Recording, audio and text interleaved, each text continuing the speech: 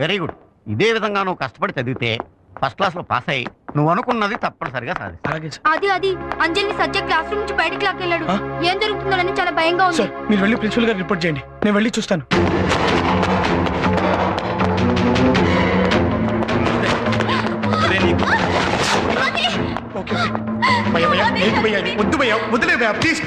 నువ్వేంట్రా మధ్యలో? ఇది నన్ను ప్రేమించనంది, ఇది నాకు దక్కకపోతే ఇంకెవ్వరికి దక్కడానికి వీల్లేదు. దీన్ని సర్వనాశనం చేస్తాను. ఎంతో మంచిగా ఉన్నవాడు ఇలా చేసి నీ పేరు పాటు చేసుకోవద్దు. ఇందుకోసం సంపాదించుకున్నాను రా పేరు, ఇదిగో దీనికోసం. మరి ఇది చాచి కొట్టింది. దీని పొగరంతా దీని అందం చూసుకునేగా. ఆ అందమే లేకుండా చేస్తాను దీనికి. అన్నా యాసిడ్.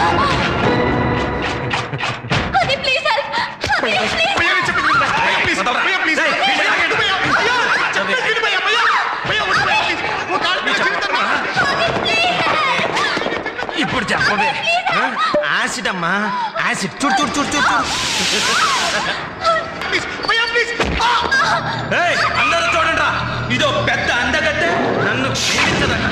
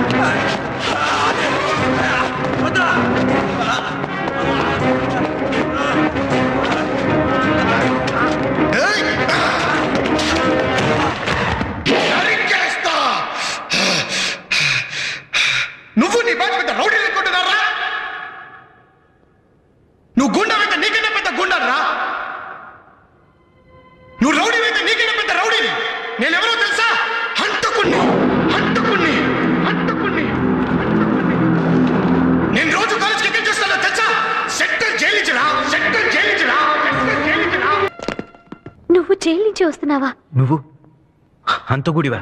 అవును, నేను హంతకుణ్ణి. ఒక మనిషి నిండు ప్రాణాలు తీసి యావజ్జీవ శిక్ష అనుభవిస్తున్న ఖైదీని.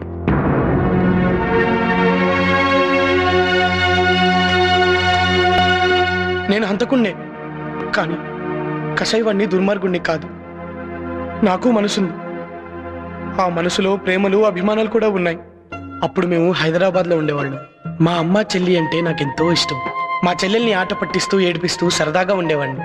మా చిలిపి తగాదాలు చూసి మా మర్చిపోతూ ఉండేది. థ్యాంక్స్. మా చెల్లెలు ఎదురు రావటం నాకు చాలా సెంటిమెంట్. తను ఎదురు రాకుండా నేను ఎక్కడికి వెళ్ళేవాడిని కాదు. మా నాన్న మమ్మల్ని చాలా క్రమశిక్షణతో పెంచారు. ఆయనంటే మాకెంత భయమో అంతకంటే ఎక్కువ గౌరవం. మాది చాలా హ్యాపీ ఫ్యామిలీ. చిలిపితనం మంచితనం కలిసిన ఫ్రెండ్స్తో గడిపిన నా కాలేజీ రోజుల్ని కూడా నేను ఎప్పటికీ మర్చిపోలేను. ఇంతకాలం కలిసి ఉన్న మనం ఈ రోజు విడిపోతున్నామంటే బాధగా ఉంది. చదువుకోవటం కోసం అమ్మఒడి నుంచి విడిపోతున్నాం అనే బాధ, ఆ చదువు పూర్తయిన తర్వాత అమ్మఒడి లాంటి కాలేజీని విడిచి వెళ్ళిపోతున్నాం అనే బాధ తప్పవురా. అయినా మనం ఎక్కడున్నా రోజు ఫోన్లో కలుసుకుంటూనే ఉంటాం కదా. అవునరా, రేపటి నుంచి మనం రెగ్యులర్ గా ఫోన్ లో టచ్ లో ఉండాలి. రేపటి సంగతి సరే. ఈ రోజు ఫేర్వెల్ డే పార్టీ ఉంది కదా, రిజల్ట్స్ వచ్చాయి. అబ్బాయికి ఫస్ట్ క్లాస్ వచ్చిందండి. తెలుసు, వచ్చింది స్టేట్ ఫస్ట్ కాదుగా, ఫస్ట్ క్లాస్ మాత్రమే. 190 మందికి వస్తుంది ఫస్ట్ క్లాస్. అదేమంత గొప్ప విషయం కాదు. ఎనీవే, ఇదిగో వాడికి స్వీట్స్. ఇంజనీరింగ్ లో మంచి ర్యాంక్ తెచ్చుకోవడానికి ప్రయత్నిస్తాను నాన్న. అది జరగని పని. నువ్వు లా చదవాలి. లా ఏంటి నాన్న?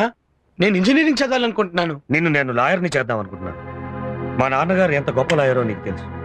నిన్ను పెద్ద లాయర్ని చేస్తానని ఆయన చనిపోయేటప్పుడు మాట ఇచ్చాను. కానీ నాన్న ఇంజనీరింగ్ సంగతి నువ్వు మర్చిపో. అదే నాన్న, అన్నయ్య ఇష్టపడుతుంటే ఏమండి, మీరు పెసరట్టు అడిగేటప్పుడు నేను మినపట్టు పెడతానంటే ఏం బాగుంటుంది? అది తిండికి సంబంధించిన విషయం, ఇది చదువుకి సంబంధించిన విషయం. ఏమిటి రెండింటికి సంబంధం? ఇవాళ చదివే కదా నాన్న రేపు తిండి పెట్టేది. అంటే లా చదువు తిండి పెట్టదా? లాయర్లంతా తిండి తింటలేదా? నోరు మూసుకుని నేను చెప్పినట్టు చెయ్యి. ఇదిగో లా సైట్ అప్లికేషన్. నువ్వు లా చదువుతున్నావు, నా కోరిక మా నాన్నగారి కోరిక తీరుస్తున్నావు. దట్స్ అన్నయ్య అన్నయ్య హాల్ టికెట్ మర్చిపోయావు. నువ్వు ఇంకొకటి కూడా మర్చిపోయావు. ఏంటి? ఎగ్జామ్స్ కి ఎప్పుడైనా నేను ఎదురు రాకుండా వెళ్ళావా? రాసేదే ఓ సుత్త ఎగ్జామ్ అయితే ఇంకా దానికి ఎదురు రావడం ఒకటి. వెళ్ళి మీ నాన్నకి ఎదురు రాపా. అన్నయ్య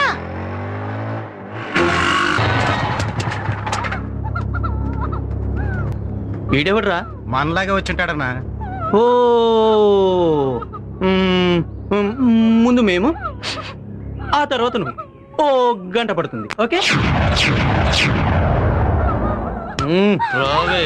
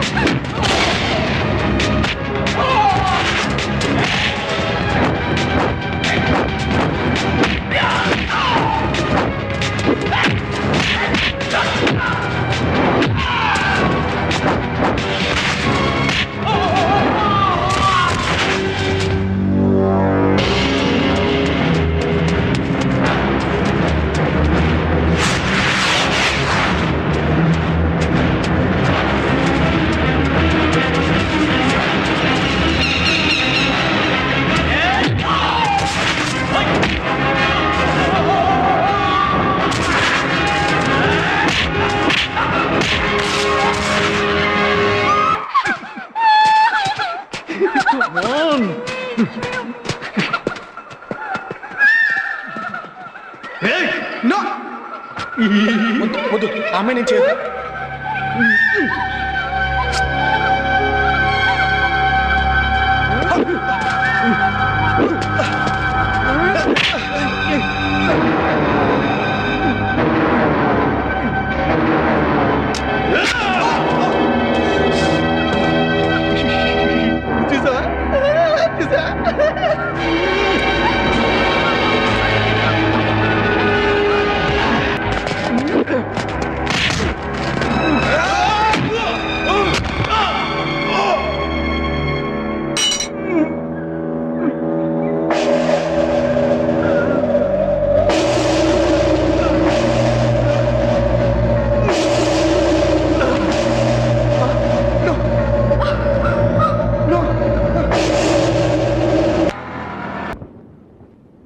నాన్న, అలా పిలవటానికి నీకు సిగ్గుగా లేదురా?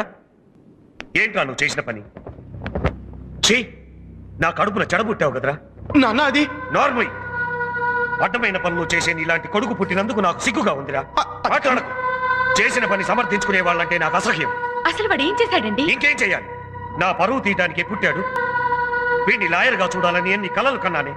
నా కొడుకుని లా చదివిస్తున్నానని ఎంతో గొప్పగా చెప్పుకున్నాను. కానీ వీడేం చేశాడో తెలుసా? కనీసం పరీక్ష కూడా అటెండ్ కాకుండా నన్ను మోసం చేశాడు. రాసినట్టు నటించి దాంట్లో ఫెయిల్ అయ్యానని చెప్పి లా చదవకుండా తప్పించుకోవాలనే ప్లాన్ వేశాడు. చిచ్చి, కన్న తండ్రిని చీట్ చేయాలనుకునే నీలాంటి కొడుకు ఉన్నా ఒకటే, చచ్చినా ఒకటే. వాడేం చదవాలనుకుంటున్నాడో వాడిస్తూ, కానీ నాతో మాత్రం మాట్లాడు. ఏంటన్నయ్య, ఏమైంది? ఏం లేదు. అంత కంగారు పడుతూ ఏం లేదట వెంటన్నయ్య. ఓ, నాన్న తిట్టారనా? ఆయన కోపం ఎంతలే అన్నయ్య. అది కాదురా. అన్నయ్య, నీకు ఇష్టం లేదో నువ్వు రాయలేదు, దాని గురించి మర్చిపో. రా భోంచదు గాని. వద్దురా ప్లీజ్, నాకు ఆకలిగా లేదు. కొంచెం తిందుగాని రా అన్నయ్య.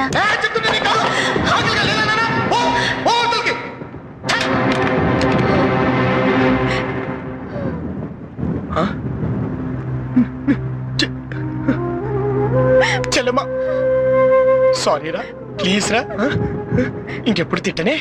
సారీరా, ప్లీజ్. అసలు పొద్దున నాకు ఎదురు రాకపోవడం వల్లేరా నాకు ఇన్ని కష్టాలు. నువ్వు ఎదురొచ్చిన ప్రతిసారి నేను సక్సీడ్ అయ్యాను రా. ఇవాళే ఇలా ఇలా.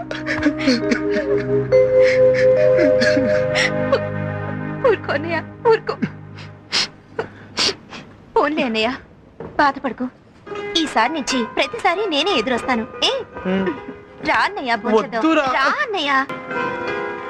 అన్నం తినకుండా ఈ గొడవ ఏంట్రా? మీ నాన్న నీ మీద కోప్పడితే నువ్వు అన్నం మీద కోప్పడతావా? అయినా నువ్వు తినకుండా అది ఎప్పుడైనా తినిందా చెప్పు. ఇందా. నాకు అన్నయ్య పెట్టిన దానికంటే పెద్ద ముద్ద కావాలి. పెడతానే. అమ్మా, చిన్నప్పటి నుంచి మిమ్మల్ని వదిలి ఒక్కరోజు కూడా నేను ఎక్కడికి వెళ్ళలేదు కదమ్మా. అవును, వెళ్ళలేదు. ఇప్పుడు అవన్నీ ఎందుకురా? అమ్మా, మీరంటే ఏంట్రా నాకు చాలా ఇష్టం అమ్మా. అది? ఇప్పుడు కాదని ఎవరన్నారు? నాన్న. మీ నాన్నగారి కోపం పోయే ప్లాన్ నేను చెప్తాను. రేపు నీ పుట్టినరోజు కదా, పొద్దున్నే వెళ్ళి బలవంతంగా చేతులు అక్షంతలు పెట్టి దీవించమను. మీ నాన్నకి కొడుకు కన్నా పట్టుదల ఎక్కువేం కాదులే, మాట్లాడి తీరుతారు. సరేనా?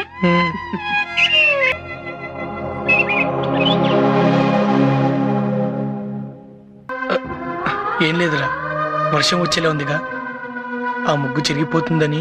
అన్నయ్య, వర్షం వస్తుందని భయపడి ముగ్గేసుకోవడం మానేస్తావా? ఈ ఉరుములు మెరుపులు నాన్న కోపం లాంటివి. వర్షం వస్తే ఉరుములు మెరుపులు తగ్గిపోయి ప్రశాంతత వస్తుంది. అప్పుడు హ్యాపీగా బర్త్డే సెలబ్రేట్ చేసుకోవచ్చు. అవును.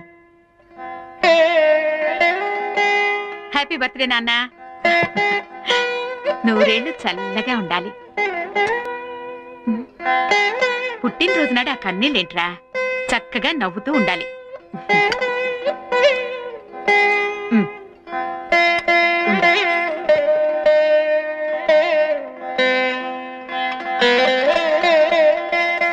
జరిగింది మర్చిపోయి అక్షంతలు తీసుకెళ్లి నాన్నగారి దగ్గర ఆశీర్వాదం తీసుకో. వెళ్ళు, వెళ్ళరా. నాన్నా, నాన్నా, ఈరోజు నా పుట్టినరోజు నాన్న, నన్ను ఆశీర్వదించండి. నువ్వు చాలా పెద్దవాడివి అయిపోయావురా. నిన్ను ఆశీర్వదించే అర్హత నాకు లేదు. నాన్న, పెద్ద తప్పు చేశాను. ఏం చేశావు? అది నేను హత్య